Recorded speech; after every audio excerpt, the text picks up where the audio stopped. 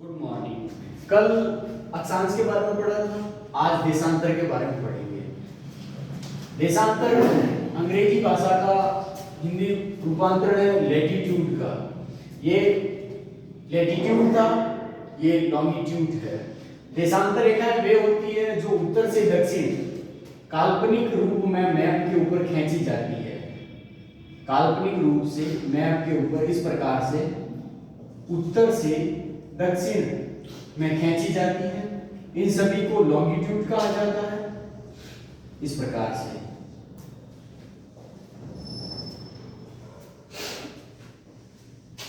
इन सभी को लॉन्गिट्यूड कहा जाता है और इनकी संख्या होती है 360 कुल देशांतर रेखाएं। कुल देशांतर 360 होते हैं। देशांतर की परिभाषा होती है प्राइम मेरिडियन, जो ग्रीनविच रेखा है। ग्रीनविच रेखा से पूर्व और पश्चिम में निश्चित स्थानों को मिलाने वाले जो कोण होते हैं उनको कहा जाता है देशांतर। कुल देशांतर 360 होते हैं। पूर्व में और पश्चिम में इनकी संख्या 180 और 180 रहती है। जो मैप होता है उस मैप पर आपके जैसे ये मानचित्र है किसी भी एरिया का या फिर विश्व का मानचित्र ले लीजिए, उसमें बता देता हूं मैं आपको। 0 डिग्री यह ग्रीनविच रेखा कहलाती है। 0 डिग्री देशांतर, 0 डिग्री देशांतर रेखा को ग्रीनविच रेखा कहा जाता है। ग्रीनविच प्राइम मेरिडियन कहा जाता है क्योंकि यहीं से संपूर्ण विश्व का समय निर्धारण किया जाता है। इससे पूर्व में जाएंगे तो 180 डिग्री पूर्वी देशांतर मिलेंगे पूर्व दिशा में, और 180 डिग्री देशांतर आपके पश्चिम दिशा में मिलेंगे, पश्चिम दिशा में। ठीक है, कुल मिलाकर इनकी संख्या 360 होती है और पूर्व में 179, पश्चिम में 179। एक जो होता है वह 0 डिग्री ग्रीनविच रेखा है, ग्रीनविच रेखा, और ये है पूर्व में, ये है पश्चिम में, और 0 डिग्री ग्रीनविच रेखा हो गया। एक है वह होता है 180 डिग्री आइडियल अंतरराष्ट्रीय तिथि रेखा। कुल मिलाकर इनकी संख्या होती है 360। तो ये जो 360 देशांतर है इनके आधार पर ही समय का निर्धारण किया गया है संपूर्ण विश्व में। जैसे जैसे आप पूर्व में जाएंगे वैसे वैसे आपके समय में वृद्धि होती जाएगी।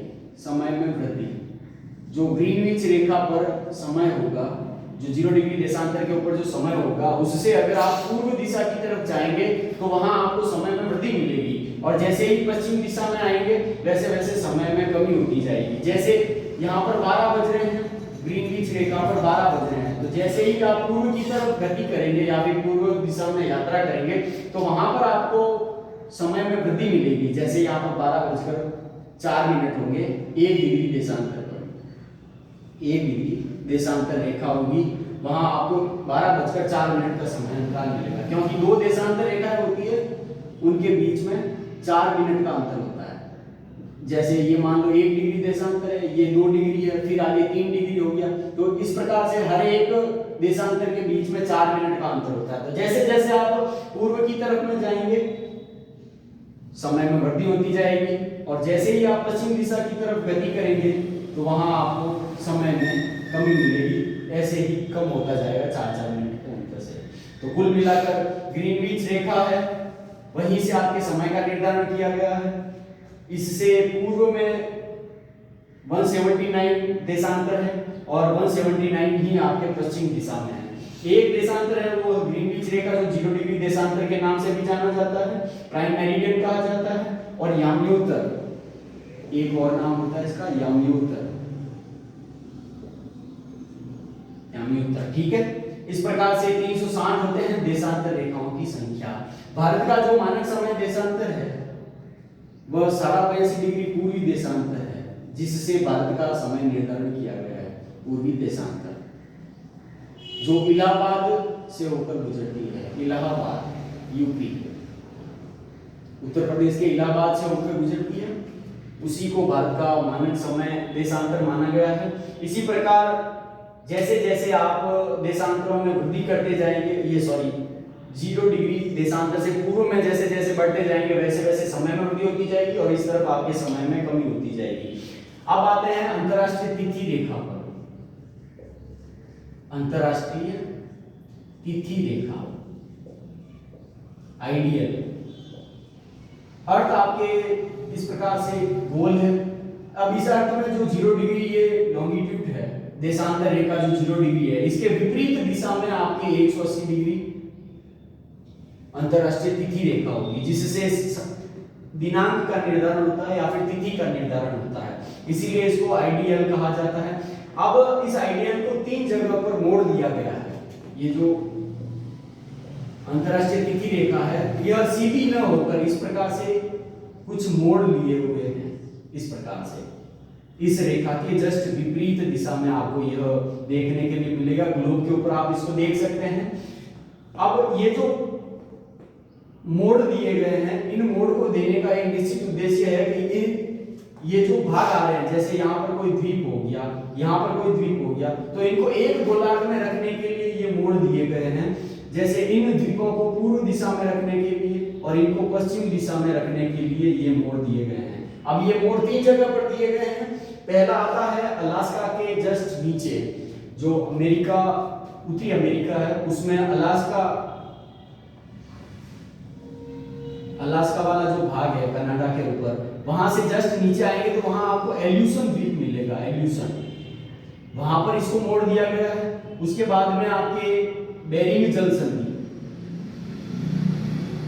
बेरिंग जल संधि, यहां पर इसको एक और मोड़ दिया गया है। और उसके बाद में आपके 1, 2 और ये तीसरा है फिजी द्वीप, न्यूजीलैंड के पास में फिजी द्वीप है, वहां पर इसको एक और मोड़ दिया गया है। तो इस प्रकार से अंतरराष्ट्रीय तिथि रेखा को 3 जगह से मोड़ दिया गया है, क्योंकि जो द्वीप है उन द्वीपों को एक गोलार्ध में रखा जा सके, या वह पूर्वी गोलार्ध में रहे या फिर पश्चिमी गोलार्ध में रहे, इसलिए इसको 3 जगह से मोड़ दिया गया है। तो इस प्रकार देशांतर रेखाओं का विस्तार है। और कुल देशांतर रेखाएं 360 होती है। 360 डिग्री जो देशांतर है उनको पार करने में 24 घंटे लगते हैं और 11 समय जोन है आपके संपूर्ण विश्व में। देशांतर रेखाओं की सबसे ज्यादा जो दूरी है वह भूमध्य रेखा पर होती है, इस चीज का ध्यान रखें। जैसे जैसे ध्रुवों की तरफ जाएंगे, ये जो ग्लोब है, इस ग्लोब में ये जो 0 डिग्री देशांतर है और ये 0 डिग्री अक्षांश है, कल मैंने बताया था अक्षांश के बारे में, ये 0 डिग्री अक्षांश जिसको भूमध्य रेखा कहते हैं, और ये है 0 डिग्री देशांतर रेखा जिसको प्राइम मेरिडियन कहा जाता है। अब जैसे जैसे ध्रुवों की तरफ जाएंगे 0 डिग्री अक्षांश से, जैसे जैसे ध्रुवों की तरफ जाएंगे तो जो 2 देशांतर है उनके मध्य में जगह कम होती जाएगी। जैसे जैसे दक्षिण में जाएंगे और जैसे जैसे उत्तर में जाएंगे वैसे वैसे इनमें कमी होती जाएगी। इसी प्रकार पश्चिम में भी होता है।